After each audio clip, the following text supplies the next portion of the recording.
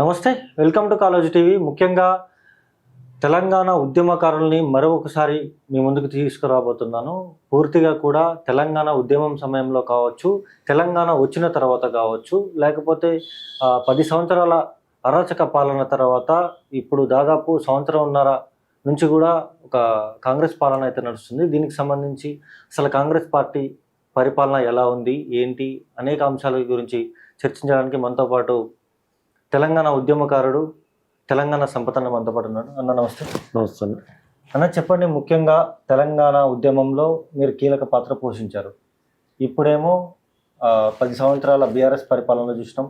ఇప్పుడేమో కాంగ్రెస్ పార్టీ దాదాపు 18 నెలల పాలన కూడా నడుస్తూ ఉంది. బీఆర్ఎస్ పాలన బాగుందా, లేకపోతే కాంగ్రెస్ పార్టీ పాలన బాగుందా? నేను ఒక మాటలు చెప్పాలనుకుంటే, రెండు పాలనలు బాగాలేవు. కేసీఆర్ గారికేమో అహంకారం పెరిగి బాగా అహంకారంతో కుటుంబం వెళ్ళిండు. ఇలా కాంగ్రెస్ పాలననేమో ఎక్కడేసిన గుమ్మడికి అక్కడనే ఉన్నది. ఇలా రెండు పాలన, కేసీఆర్ గారి పాలనకు కాంగ్రెస్ పాలనకు పెద్ద తేడం లేదు. రెండు పాలనలు గట్లనే ఉంది. ఇలా ప్రజలను ఇబ్బంది పెట్టే పాలనలు తప్ప ఇవి ఒక ప్రజానికానికి పనికొచ్చే పాలన అయితే కాంగ్రెస్ పార్టీ చేయలేదు, కాంగ్రెస్ పార్టీ చేస్తలేదు, అటు బీఆర్ఎస్ పార్టీ కూడా చేయలేదు. అంటే ఈ ఉద్యమం, తెలంగాణ ఉద్యమం కావచ్చు, తెలంగాణ ఉద్యమంలో కీలక పాత్ర పోషించిండు. ఈ తెలంగాణ ఉద్యమంలో మీరు కీలక పాత్ర పోషించి తెలంగాణ వచ్చిన తర్వాత ఇలాంటి దొంగల చేతిలో తెలంగాణ ఉంది అంటే మీకు ఎలా అనిపిస్తుంది? ఇలా నిజంగా ఒక తెలంగాణ తల్లి ఇలా గోసపడుతున్నది. ఇలా 1200 మంది విద్యార్థులు చనిపోయారు కదా, వాళ్ళ ఆత్మ ఘోషిస్తున్నది ఇలా తెలంగాణ గడ్డ మీద. నాడు కేసీఆర్ 10 ఏళ్ళు పరిపాలించినప్పుడు తెలంగాణ ఉద్యమద్రోవులను పక్కన పెట్టుకున్నారు. ఇలా రేవంత్ రెడ్డి గారు ఇలా తెలంగాణ ఉద్యమకారుల మీద AK-47 తుపాకీ పట్టుకొచ్చినట్టు ఒక రేవంత్ రెడ్డి తెలంగాణ ఉద్యమద్రోహి ముఖ్యమంత్రిగా ఉండడం తెలంగాణ ప్రజలు ఇలా భరించలేకపోతున్నారు. బాధ ఒక ఉద్యమకారునిగా భరించలేకపోతున్నాం. ఎందుకంటే ఇలా ముమ్మోటికి ఇలా ప్రజా సంఘాలు కానీ ప్రజా ఉద్యమాలు కానీ అట్లా పోతుంటే, ఇలా భారతదేశంలో స్వాతంత్ర ఉద్యమం తర్వాత అంత పెద్ద ఉద్యమం జరిగిందంటే కేవలం తెలంగాణ ఉద్యమమే. ఉస్మాన్ యూనివర్సిటీ కావచ్చు, కాకతీయ యూనివర్సిటీ కావచ్చు, అట్లా 12 యూనివర్సిటీలు సబ్బండ వర్గాల ప్రజలంతా ఏకమై తెలంగాణ ఉద్యమం ఉవ్వెత్తున చేస్తే ఇలా పరిపాలన ఎవరు చేస్తున్నారు? ఇలా తెలంగాణ ఉద్యమకారుల మీద తుపాకీ తూటను పేల్చడానికి వచ్చినను ఇలా పరిపాలన చేస్తున్నారు తెలంగాణ గడ్డ మీద. ఇలా అటు బీఆర్ఎస్లో ఏం జరిగిందో మీకు అందరికీ తెలుసు. ఇలా నరరూప రాక్షసుల కంటే, ఉగ్రవాదుల కంటే ఇలా హీనంగా దాడులు చేయించారు. వాళ్ళు పోలీసులను పెట్టుకొని ఫోన్ ట్యాపరింగ్లు చేయించినారు. ఇలా స్పష్టంగా కనబడుతున్నది. తెలంగాణ ఉద్యమంలో కేసీఆర్ గారికి ఎవరు ప్రశ్నించినా వాని మీద తుపాకీ పెట్టి పేల్చే ప్రయత్నం చేసింది తప్ప ఇలా తెలంగాణ రాష్ట్రంలో కేసీఆర్ అంటోడు. తెలంగాణ నిజంగా చెప్పుకోవాలనుకుంటే కేసీఆర్ అనే వ్యక్తి తెలంగాణ ఉద్యమకారులకు అన్యాయం చేసిండు. ఘోరమైన మా ఉసురు తాకుతుందని కూడా చెప్తున్నాను. ఇది మామూలు ఉసురే కేసీఆర్ గారి దగ్గర, ఇంకా ఉసురు తాకుతుంది కేసీఆర్కి. మా ఉసురు తాకి కేసీఆర్ నాశనమైపోతాడు ఖచ్చితంగా. అంటే ముఖ్యంగా ఇప్పుడు దాదాపు సంవత్సరంన్నర పాలన కూడా నడుస్తూ ఉంది. ఏదైతే కాంగ్రెస్ పార్టీకి సంబంధించి మేము అభివృద్ధి చేస్తున్నాం అంటూ కూడా చెప్తా ఉన్నారు. ఇందిరమ్మ ఇళ్ళ పథకాలు కావచ్చు, లేకపోతే రైతు బీమాకు సంబంధించి కావచ్చు, లేకపోతే రైతు బంధుకు సంబంధించి కావచ్చు, ఇవన్నీ కూడా మేము ఇస్తున్నాం అని చెప్పేసి చెప్తున్నారు. అవన్నీ అందట్లేదంటారు. ఎవరికి ఇచ్చారు? ఎంతమందికి ఇచ్చారు?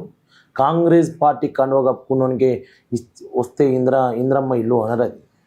ఇలా కాంగ్రెస్ పార్టీ కండువ కప్పుకున్నోనికి, కాంగ్రెస్ పార్టీలో జాయిన్ అయినోనికి మాఫీ అయితే రైతు బంధు ఎట్లయితుంది? రైతు రుణమాఫీ ఎట్లయితుంది? ఇలా ఎంతమందికి ఇచ్చారు? ఒక గ్రామంలో పెద్ద ఊరికి మాత్రమే, పెద్ద గ్రామానికి మాత్రమే వీళ్ళు రైతు రుణమాఫీ చేయగలరు తప్ప మండలం మొత్తంలో తెలంగాణ రాష్ట్రంలో ఏ ఒక్క గ్రామమైనా ఎక్కడైనా పూర్తి రైతు రుణమాఫీ జరిగిందంటే, పూర్తి మేము రైతు బంధు రైతు బీమా పైసలు ఇచ్చినామంటే కాంగ్రెస్ పార్టీ నాయకులు నిజంగా ఇవి వాస్తవాలతో బయటకు వస్తే నేను చర్చకు ఎక్కడికైనా సిద్ధం. నేను చెప్తున్నా కానీ తెలంగాణ గ్రామాలలో అసలు ఎవరికి అసలు కొన్ని గ్రామాలలో తప్ప పూర్తి రైతు బంధు కాలే, పూర్తి రైతు రుణమాఫీ కూడా కాలే. ఇది స్పష్టంగా కనబడుతుంది. ఇలా కాంగ్రెస్ పాలన గతంలో రాహుల్ గాంధీ గారు అన్నారు తెలంగాణలో కాంగ్రెస్ పార్టీ దరిదాపులో ఉన్నదన్నారు. ఇలా ఆ కాంగ్రెస్ పార్టీ దరిదాపులో ఉన్న పార్టీ ఇలా అధికారంలోకి వచ్చి అడ్డమైన హామీలు ఇచ్చి ఇలా రైతులను మోసం చేసింది. ఇక ఊర్లో పల్లెర్లు మొలిసే తెలంగాణలోనా మా పాలమూరులోనా పందిరి గుంజలు చిన్నబోయినాయి ఇండ్లు దుమ్ములేగిన. నిజమే కదా, ఈ కాంగ్రెస్ పాలనలో ఎక్కడ ఏ ఊరి పోయినా పంటలు ఎండిపోయినాయి, ఏ ఊరి పోయినా పల్లెలు కొట్టుతున్నాయి. ఈ రేవంత్ రెడ్డి చేసే అరాచకాలకు, రేవంత్ రెడ్డి చేసే ఈ పాలన. ఇలా రేవంత్ రెడ్డి గారు ఏమనుకుంటున్నాడండి, నాకు సెక్యూరిటీ ఉంది, ఇలా మొత్తం ఊరంతా తిరుగుతున్నా, సాయంత్రం అవుతుంది ఇంట్లో పనుకుంటున్నాం, మళ్ళీ సెక్యూరిటీతో కార్ల కానమవుతుంది. ఇది ఒకటే గమనిస్తున్నారు తప్ప తెలంగాణ ప్రజల గోసను, తెలంగాణ రైతన్నలు పడుతున్న గోసలనే కానీ, తెలంగాణ ఉద్యమకారుల సమస్యలనే కానీ, ఇలా నిరుద్యోగుల సమస్యలనే కానీ రేవంత్ రెడ్డి గారికి ఎక్కడ కనపడతలేవు. ఎవడన్నా పెడితే మళ్ళీ కేసీఆర్ గారు పెట్టిన ఈ పోలీసు వాళ్ళని వాడుకుంటున్నారు, వాళ్ళ మీద అక్రమ కేసులు పెట్టి దాడులు చేపించే ప్రయత్నం జరుగుతుంది. అయితే నిరుద్యోగులు అన్నారు కాబట్టి నిరుద్యోగులకు సంబంధించి నిన్న ఎవరైతే నిరుద్యోగ జేఏసీ నాయకులందరూ కూడా ఎవరైతే హరీష్ రావుకు సంబంధించి హరీష్ రావు దగ్గరికి వెళ్ళి కూడా కలిసిన పరిస్థితి ఉంది. ప్రెస్ మీట్లో పెట్టుకొని కూడా చెప్పిన పరిస్థితి ఉంది. అంటే దాదాపు 10 సంవత్సరాల పాలనలో ఏమి చేయలేని బీఆర్ఎస్ ప్రభుత్వం ఇప్పుడు ప్రతిపక్షంలో ఉంది కాబట్టి కాంగ్రెస్ మీద దుమ్మెత్తి పోస్తుంది అని చెప్పేసి కాంగ్రెస్ పార్టీ నాయకులు అంటూ ఉన్నారు. దీనికి ఏమంటారు? కాంగ్రెస్ పార్టీ బీఆర్ఎస్ పార్టీ రెండు పార్టీలు ఒకటే. ఇది మాత్రం ఇక్కడ అది కావాల్సిన అవసరం లేదు. కాంగ్రెస్ పార్టీ బీఆర్ఎస్ పార్టీ రెండు ఒకటే. నిజంగా కూడా రేవంత్ రెడ్డి గారికి చిత్తశుద్ధి ఉంటాయి, నిజంగా కూడా బీఆర్ఎస్ పార్టీ మీద మేము కొట్లాడుతున్నాం అనుకుంటే ఇలా ఫోన్ ట్యాపరింగ్ కేసులో ఎందుకు నువ్వు కేసీఆర్ని కేటీఆర్ని అరెస్ట్ చేస్తలేవు? ఎటుపోయింది నీ ముసలి నీ కన్నీరు? ఇలా నువ్వు మాట్లాడుతున్నావు కదా. రేవంత్ రెడ్డి గారు కానీ రేవంత్ రెడ్డి ప్రభుత్వానికి చిత్తశుద్ధి ఉంటే కేటీఆర్ మీద చర్యలు తీసుకో. నువ్వు ఫోన్ ట్యాపరింగ్ నువ్వు దమ్ము ధైర్యం ఉంటే ఫోన్ ట్యాపరింగ్ని సిబిఐకి అప్పయబ్బు. ఇలా ఎందుకు నువ్వు నీతి నిజాయితీగా పనిచేస్తున్నావు? ఇలా నిరుద్యోగుల సమస్యలు ఇలా నువ్వు ఏం మాట్లాడినావు? ఇలా రేవంత్ రెడ్డి గారు అధికారంలోకి రాకముందు ఏం మాట్లాడినావు? ఉస్మాన్ యూనివర్సిటీలో ఒక విద్యార్థి చనిపోతే అన్నావు కదా నువ్వు. నీ రాహుల్ గాంధీని తీసుకొచ్చి రేపు కాంగ్రెస్ పార్టీ ప్రభుత్వం వస్తే ఇలా 2 లక్షల ఉద్యోగాలు ఇస్తానన్నావు కదా. ఎటువైనాయి ఏవి? నేను మొన్న జూన్ 2వ తారీఖు రోజు తెలంగాణ విద్యార్థి లోకం అంతా, నిరుద్యోగులంతా కళల ఆశతోని వాళ్ళని ఇంకా నోటిఫికేషన్లు వస్తాయి, ఇంకా వస్తాయి, నువ్వు ఇస్తానన్న నోటిఫికేషన్ జూన్ 2కి ఇస్తానన్న ఇక వస్తాయి అని చూసిరు కదా. నీ మాటకు నీ అద్దుకు ఎక్కడ పొంకనలేదు. నేను ఎవడు నమ్మేటోడు లేడు. నువ్వే సయాన్ని ఒప్పుకుంటున్నావు. ఓ ఢిల్లీలో ఉండి నా వల్ల పాలించే సత్తా నా వల్ల అయితే లేదు, నన్ను చూస్తే అప్పు పుడతలేదు, చెప్పులు మోసే పరిస్థితి వచ్చిందన్ను. ఒక ముఖ్యమంత్రిగా ఉండి మాట్లాడే మాటలేనా ఇవాళ రేవంత్ రెడ్డి? ఇలా బీఆర్ఎస్ పార్టీ కూడా గతంలో ఎంతమంది విద్యార్థులను పొట్టన పెట్టుకుందో నువ్వు కూడా అదే ప్రయత్నం చేస్తున్నావు కదా. నువ్వు కూడా ఇలా ఉద్యోగాలు ఇవ్వకుండా నాంచకుండా వీళ్ళ పేరుతో నువ్వు శవాల మీద పేలాలు ఎరుకుని నువ్వు ఇలా అధికారంలోకి వచ్చినవే, శవాల మీద ప్రమాణాలు చేసి అధికారంలోకి వచ్చినవే. ఏది మన నీ ఉద్యోగాలు ఎక్కడ ఉన్నాయి? ఎవరికి న్యాయం చేసినావు? దీని మీద స్పష్టత కనీసం కాంగ్రెస్ పార్టీ అంటేనే స్పష్టత ఉంటుందేమో అనుకున్నా. స్పష్టత లేని పార్టీ అయింది ఇలా తెలంగాణ రాష్ట్రం. అంటే ఫోన్ ట్యాపింగ్ కేసులో ముఖ్యంగా కూడా ఎవరైతే కేటీఆర్ కావచ్చు, లేకపోతే ఒక సంబంధించిన హీరోయిన్ కావచ్చు, వీళ్ళ మీద కూడా పెద్ద ఎత్తున కూడా సోషల్ మీడియా మాధ్యమాల్లో వైరల్ అవుతుంది. దీనికి సంబంధించి నిన్న మహా న్యూస్ అనే ఒక ఛానల్ మీద కూడా బీఆర్ఎస్ పార్టీ కార్యకర్తలు కావచ్చు, బీఆర్ఎస్ పార్టీ గూండాలు అయితే వెళ్ళి దాడి చేసిన పరిస్థితి ఉంది. అంటే అదంతా వాస్తవం కాదంటారా? ఇప్పుడు నేను అడుగుతున్నా, మహా న్యూస్ అనేది నిన్నమొన్న జరిగింది, గతంలో అనేక ఛానళ్ళ మీద జరిగినాయి. ప్రత్యక్ష సాక్షి మీ ఛానల్ మీద కూడా పాపం కాళోజీ సీనన్నను అయితే ఇరికించుకుంటూ పోయి కొట్టిరు వాళ్ళు. కాళోజీ సీనన్నను, తొలివేలు రఘునే కానీ, తీర్మార్ మల్లనే కానీ ఘోరంగా కొట్టిరు వాళ్ళు. దాడులు చేసినారు, మా మీద దాడులు చేసినారు బీఆర్ఎస్ వాళ్ళు. దాడులకు ప్రతిరూపము ఇలా బీఆర్ఎస్ పార్టీ. ఇలా నువ్వు నిజంగా కూడా తప్పు చేస్తేనే కదా ప్రజలు తప్పని అంటారు. నువ్వు తప్పు చేయకుండా ఇలా నువ్వు తప్పు చేసినోడైతే దొంగ అంటే గుమ్మడికాయ దొంగ అంటే మేము అని భుజాలు తట్టుకున్నారు బీఆర్ఎస్ పార్టీ వాళ్ళు. నిన్న దాడి చేసిన కదా మహా న్యూస్ మీద. ఎవరు దొంగతనం చేసారు అనేది అర్థమవుతుంది కదా. క్లియర్గా ప్రజలకు అర్థమవుతుంది కదా.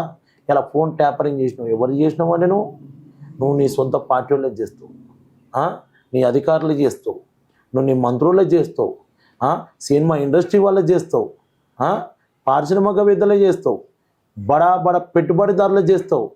కనీసం వాళ్ళ భార్య భర్తల ఫోన్లు ట్యాపరింగ్ చేసి ఇక గంతగానం విని సిగ్గుండాలి. కేసీఆర్కి ఏమన్నా శరం ఉండాలి, ఏమన్నా లజ్జ. నాకు మాటలు మంచిగా వస్తాయి కానీ కేసీఆర్ ఏంటోడు ఫోన్ ట్యాపరింగ్ చేస్తాడా? నేను చెప్తున్నా కదా. ఇలా కేటీఆర్ గారి మీద వస్తుంది కదా ఆరోపణలు. నిజమే, అది కేటీఆర్ గారు నిజంగా ఆరోపణలు ఎదుర్కొంటే ఆయన నిజమే చేసింది కాబట్టి నిజమే అంటున్నారు ప్రజలు. నేను ఒకటి అడుగుతున్నా కేటీఆర్ గారిని, నువ్వు ఫోన్ ట్యాపరింగ్ ఎందుకు చేపియాలి? నీకు కనీసం మానవత్వం లేదా? కనీసం కేటీఆర్ గారికి మానవ దృక్పథం అనేది ఉండదా? ఫోన్ ట్యాపరింగ్ చెప్పిస్తావు ఒక్కొక్కరి మహిళలకి. కేటీఆర్ గారు ఆయన సొంత భార్య దగ్గర ఫోన్ ట్యాపరింగ్ చేసుకున్నాడు. ఏందది? ఎక్కడ పద్ధతి అది? మన పద్ధతేనా? కేసీఆర్ గారు అంటే అపరమైన గౌరవం ఉన్నది, కానీ చేసే పనులు చూస్తే ఇలా చేసే పనులు చూస్తే మాకు కేసీఆర్ మీద ఒకప్పుడు కేసీఆర్ గారు అంటే ఒక మంచి అభిమానం ఉండే. ఎంత అభిమానం ఉందో అభిమాన్ని మేమే చంపుకున్నాం. ఇలా కేసీఆర్ గారు చేసే పనులకు అట్లా దయలేదు. ఇలా ఫోన్ ట్యాపరింగు నీకు ప్రభాకర్ రావు గారు, నీకు రాధాకిషన్ రావు గారు, నీకు ఇంకా చాలామంది ఉన్నారు కదా, వీళ్ళందరినీ పట్టుకొని నువ్వు ఇలా అర్హత లేని వాళ్ళని కూడా నువ్వు డైరెక్ట్ అధికారిగా నియమించుకొని ఇలా ఫోన్ ట్యాపరింగ్ చేసినావు చూడు. ఇలా ఎవరిని దేనికి సమాధానం అన్నాడు? నువ్వు సినిమా ఇండస్ట్రీలను వదిలిపెట్టావు, పొలిటికల్ లీడర్ని వదిలిపెట్టావు, పొలిటికల్ లీడర్ల భార్యలను వదిలిపెట్టావు. ఇలా నీకు నచ్చినట్టు నీ దగ్గర బాంచన్ దూర అంటేనే నీకు మెచ్చినట్టు ఉంటేనే ఇలా వాళ్ళను నీ మంచిగా చూసుకుంటావు. ఇలా తెలంగాణ ప్రజానీకం అంతా బీఆర్ఎస్ పార్టీని ఏం చేసిందో అందరికీ తెలుసు. మళ్ళీ జన్మలో కూడా బీఆర్ఎస్ పార్టీ అనకుండా చేసింది. అంటే ముఖ్యంగా ఫోన్ ట్యాపింగ్ కేసు కాసేపు పక్కకు పెడితే, ముఖ్యంగా కాళేశ్వరం గురించి కూడా పెద్ద ఎత్తున ప్రచారం జరుగుతుంది. కాళేశ్వరం దాంట్లో ఎవరైతే అధికారులు ఉన్నారో లేకపోతే ఎవరైతే ప్రజాప్రతినిధులు ఉన్నారో అందరికీ నోటీసులు ఇచ్చారో, ఎంక్వైరీ నడుస్తుంది, అందులో ఈటల రాజేందర్ కూడా ఉన్నాడు అంటూ కూడా మాట్లాడుతూ ఉన్నారు. ఇది ఎట్లా? ఈటల రాజేందర్ గారు ఆ రోజు ఆర్థిక శాఖ మంత్రిగా ఉన్నారు. క్యాబినెట్ నిర్ణయాలు లేని ఇలాంటి ప్రాజెక్టు కట్టడం అనేది ఉన్నది తెలంగాణ, ఇక్కడ యావత్ భారతదేశం మొత్తం.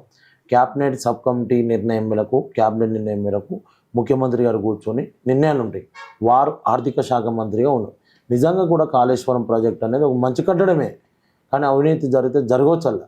కానీ కాళేశ్వరం ప్రాజెక్టు వల్ల కూడా వరంగల్ జిల్లానే కాదు, ఉమ్మడి వరంగల్ జిల్లానే కానీ, ఉమ్మడి కరీంనగర్ జిల్లానే కానీ, ఉమ్మడి ఖమ్మం జిల్లానే కానీ రైతులకు నీళ్ళు అయితే అందించడం ఉన్న వాస్తవం చెప్తున్నా. నేను తప్పే అంటే ఒప్పే అంట. కాళేశ్వరం ద్వారా ఎస్ఆర్సి ఈ ఏవైతే కాలువలు ఉన్నాయో, నాడి కాంగ్రెస్ పార్టీ గతంలో పాలించిన కాంగ్రెస్ ప్రభుత్వంలో తెలంగాణ ఉద్యమ పీరియడ్లో ఇలా నిజంగా కూడా కాలువలు ఎండిపోయినాయి. ఆ రోజు కేసీఆర్ గారు ఇలా ఏ ఊడైతే కాళేశ్వరం ప్రాజెక్ట్ వచ్చిందో ప్రజల సొమ్మే, కేసీఆర్ ఇంట్లోకి ఏం కట్టలే, ప్రజల సొమ్ముతో కట్టినట్టు కాళేశ్వరం ప్రాజెక్టు దానిలో మొత్తం ఇలా ఏ గ్రామానికి పోయినా, ఏ పల్లెకి పోయినా దాని ద్వారా మాత్రం రైతన్న పండించే పంటల్లో, పచ్చగా పండించే పంటలలో నీళ్ళు అయితే అందినాయి. కాళేశ్వరం ద్వారా ఉపయోగం ఉన్నది, ఉపయోగం లేదన్న ఉపయోగం బ్రహ్మాండమైన కాళేశ్వరం ప్రాజెక్టుతో నీళ్ళు అందినాయి. కాలువలు ఎండిపోకుండా ఉన్నాయి, చెరువులు ఎండిపోకుండా ఉన్నాయి.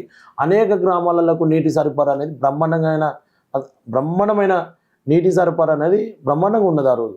ఇలా నీకు సిద్దిపేట కానీ, మన ఉమ్మడి కరీంనగర్ కానీ, మెదకే కానీ నీకు కాళేశ్వరం ప్రాజెక్టు నుండి ఇలా నల్గొండ జిల్లా వరకు కానీ, ఇలా ఉమ్మడి కరీంనగర్లో ఉన్నట్టు మిండుమానేరే కానీ, ఇలా పోతే అటు మల్లన్న సాగర్ అనే కానీ, అటు పోతే నీకు ఇక్కడ బస్వపురం డ్యామ్, ఇలాంటి ప్రాజెక్టులకు కాళేశ్వరం ఒక పునాదిగా నిలబడ్డది. అంటే ముఖ్యంగా ఈటల రాజేందర్ బీజేపీ పార్టీ అధ్యక్షుడు అవుతాడు, అందుకనే ఈ కాళేశ్వరం స్కామ్లో ఇరికిస్తున్నారంటూ కూడా మాట్లాడుతూ ఉన్నారు. ఈటల రాజేందర్ అనే వ్యక్తి ఓ వ్యక్తి కాదు, తెలంగాణ రాష్ట్ర ప్రజానీకం యొక్క శక్తి అయిన. ఎందుకంటే ఇలా సూర్యుని మీద ఉమ్మేస్తే ఉల్టా వచ్చి వాళ్ళ మీదనే పడుతుంది. ఇలా ఈటల రాజేందర్ అనే వ్యక్తి ఒక భారతీయ జనతా పార్టీ యావత్ తెలంగాణ ప్రజలలో, తెలంగాణ ఉద్యమకారులలో గుండెల్లో ఉన్నట్టుగా ఏకైక ఉద్యమ నాయకుడే ఈటల రాజేందర్ గారు. నిజంగా కూడా ఈటల రాజేందర్ గారు భారతీయ జనతా పార్టీ రాష్ట్ర అధ్యక్షుడు అయితే వారికి అవకాశం వస్తే తెలంగాణ ఉద్యమకారులంతా అణగారిన వర్గాల గొంతుకలంతా వారితో కలిసి పనిచేస్తాయి తెలంగాణ గడ్డ మీద. ఇది మాత్రం బాజాప్తా చెప్తున్నా, ఆ రోజు చెప్పినా ఈ రోజు చెప్తున్నా. ముఖ్యంగా ఏదైతే అధ్యక్షుడు రేస్లో ఈటల రాజేందర్ కావచ్చు, లేకపోతే ధర్మపురి అరవింద్ కావచ్చు, లేకపోతే రఘునందన్ రావు కావచ్చు, వీళ్ళు ముగ్గురు కూడా రేస్లో ఉన్నారు అంటూ కూడా చెప్తా ఉన్నారు. దాదాపు నెక్స్ట్ మంత్ కూడా దీనికి సంబంధించిన ఎన్నికలు కూడా ఉండబోతున్నాయి, నోటిఫికేషన్ వచ్చి ఎన్నికలు కూడా ఉండబోతున్నాయి అని చెప్పేసి మాట్లాడుతూ ఉన్నారు. అసలు ఈ ముగ్గురులో పార్టీ అధ్యక్షుడు ఎవరైతే బాగుంటారో మీరు అనుకుంటున్నారు? నేను ఓపెన్గా చెప్పాలనుకుంటే భారతీయ జనతా పార్టీ అధ్యక్షుడు అనేది జాతీయ నాయకత్వం చూసుకుంటుంది. ఎందుకంటే మేము ఒక ఉద్యమాలలో కొట్లాడినాం, మాకు అండగా నిలబడ్డాటి, మేము జైల్లో ఉంటే తన ఆస్తులు సైతం ఇలా తాకట్టు పెట్టి మమ్మల్ని బెయిల్ విడిపించి బెయిల్ ఖర్చులు భరించి ఇలా మమ్మల్ని ఆ కడుపులో పెట్టి చదువుకున్నట్టు ఇలా ఈటల రాజేందర్ గారు భారతీయ జనతా పార్టీ రాష్ట్ర అధ్యక్షుడు అయితే తెలంగాణ రాష్ట్రం మొత్తం కాషాయ ఇప్పుడు ఎక్కడైతే నార్మల్ ప్రాంతం ఖమ్మం ఉన్నదో ఆ ఖమ్మంలో కూడా భారతీయ జనతా పార్టీ బలపడుతుంది ఈటల రాజేందర్ గారు అధ్యక్షుడు. ఎక్కడైతే భారతీయ జనతా పార్టీ లేదు అన్న ములుగు గడ్డ మీద కూడా బీజేపీ జెండా ఎగురుతుంది. ఎక్కడైతే భారతీయ జనతా పార్టీ స్కోప్ లేదన్న ఒక ఉమ్మడి నల్గొండ జిల్లాలో ఇలా భారతీయ జనతా పార్టీ జెండా ఎగురుతుంది.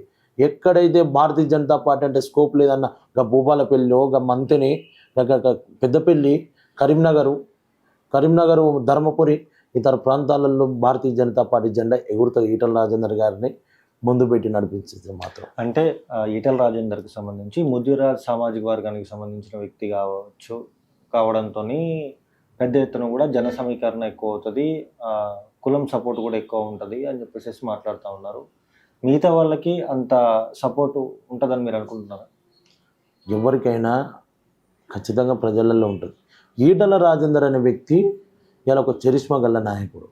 వారికి అధ్యక్షుడు వస్తే బీఆర్ఎస్ పార్టీ నుండి మ్యాక్సిమం 2-3 ఎమ్మెల్యేలే కావచ్చు కానీ మాజీ ఎమ్మెల్యేలే కానీ దగాపడ్డ ఉద్యమకాలు కానీ చేరుతారు వాళ్ళు. ఎందుకంటే ఈటల రాజేందర్ గారు అంటే ఒక కమ్యూనిమెంట్ గల్ల లీడరు, ఒక బడుగు బలహీన వర్గాలకు ఇలా ఎవరైతే ఈ ముదిరాజ్ జాతికి ఉన్నదో ఆ జాతిని ఒక ఆనుముత్యంలో కాపాడుకునే నాయకుడు ఈటల రాజేందర్ గారు. అలాంటి నాయకుడు ఇస్తే ఇలా ఈ రాష్ట్రంలో హైయెస్ట్కు ఈ కులాలలో హైయెస్ట్ కులం ఉన్నట్టు ముదిరాజ్ జాతి కూడా భారతీయ జనతా పార్టీకి ప్లస్గా కనబడుతుంది తప్ప ఇలా మైనస్ కాదు వారి వల్ల.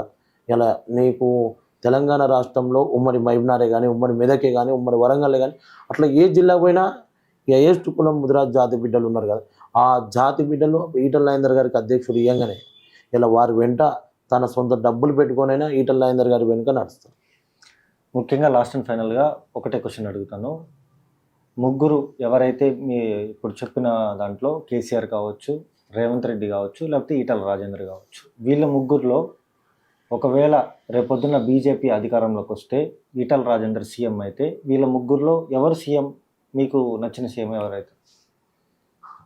తెలంగాణ ప్రజానీకం ఎవరు చేసుకుంటే వాళ్ళు అవుతారు.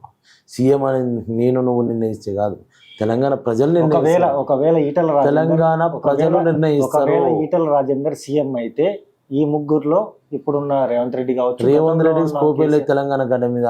రేవంత్ రెడ్డికి కేసీఆర్కి అసలు స్కోపే లేదు తెలంగాణ గడ్డ మీద.